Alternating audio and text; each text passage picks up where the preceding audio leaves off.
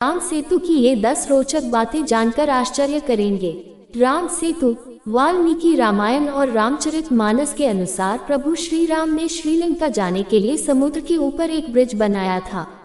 उस सेतु अर्थात पुल के आज भी अवशेष पाए जाते हैं, परंतु सेतु समुद्रम परियोजना के तहत इस सेतु को बहुत हद तक क्षति पहुंचाई जा चुकी है। आओ जानते हैं राम सेतु के 10 रोचक फैक्ट्स। 1. भारत के दक्षिण में धनुषकोटि तथा श्रीलंका के उत्तर पश्चिम में पंबन के मध्य समुद्र में 48 किलोमीटर चौड़ी पट्टी के रूप में उभरे एक भूभाग के उपग्रह से खींचे गए चित्रों को अमेरिकी अंतरिक्ष अनुसंधान संस्थान नासा ने जब 1993 में दुनिया भर में जारी किया तो भारत में इसे लेकर राजनीतिक वाद विवाद का जन्म हो गया था। इस पुल जैसे भूभाग को राम का पुल या राम सेतु कहा जाने लगा। राम सेतु का चित्र नासा ने 14 दिसंबर 1966 को जेमिनी -11 से अंतरिक्ष से प्राप्त किया था। इसके 22 साल बाद ISSK ने तमिलनाडु तट पर स्थित रामेश्वरम और जाफना द्वीपों के बीच समुद्र के भीतर भूमि भाग का पता लगाया और उसका चित्र लिया। इससे अमेरिकी उपग्रह के चित्र की पुष्टि हुई।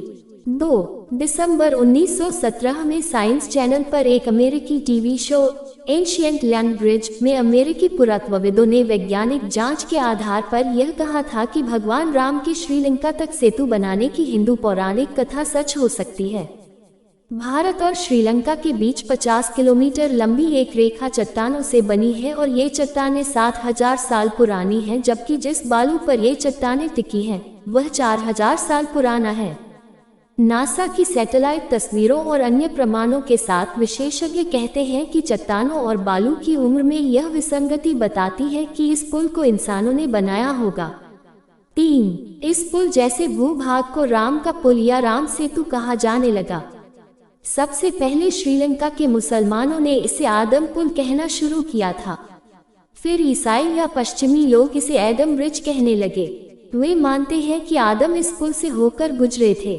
4. राम सेतु पर कई शोध हुए हैं। कहा जाता है कि 15वीं शताब्दी तक इस पुल पर चलकर रामेश्वरम से मन्नार द्वीप तक जाया जा सकता था, लेकिन तूफानों ने यहाँ समुद्र को कुछ गहरा कर दिया।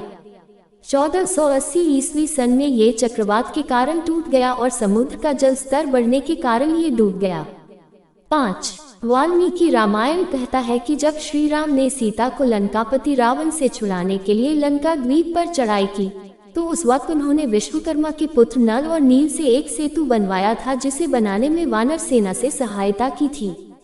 इस सेतु में पानी में तैरने वाले पत्थरों का उपयोग किया गया था जो कि किसी अन्य जगह से लाए गए थे। कहते हैं कि ज्वालामुखी से उत्पन्न पत्थर पानी में नहीं डूबते हैं। संभवतः इन्हीं पत्थरों का उपयोग किया गया होगा।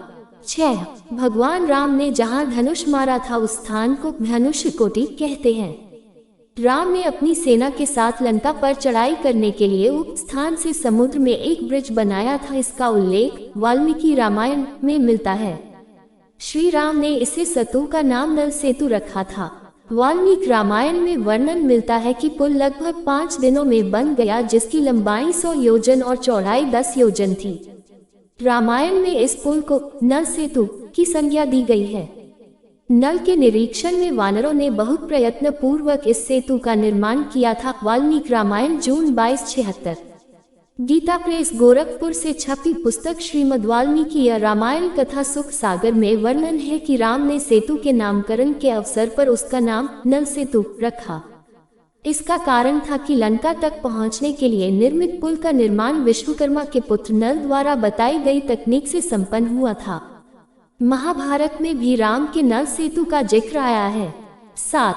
वाल्मीकि रामायण में कई प्रमाण हैं कि सेतु बनाने में उच्च तकनीक प्रयोग किया गया था। कुछ वानर बड़े बड़े पर्वतों को यंत्रों के द्वारा समुद्र तट पर ले आए थे। कुछ वानर 100 योजन लंबा सूत पकड़े हुए थे, अर्थात पुल का निर्माण सूत से सीध में हो रहा था। वाल्मीकि रामायण जून 22, 62।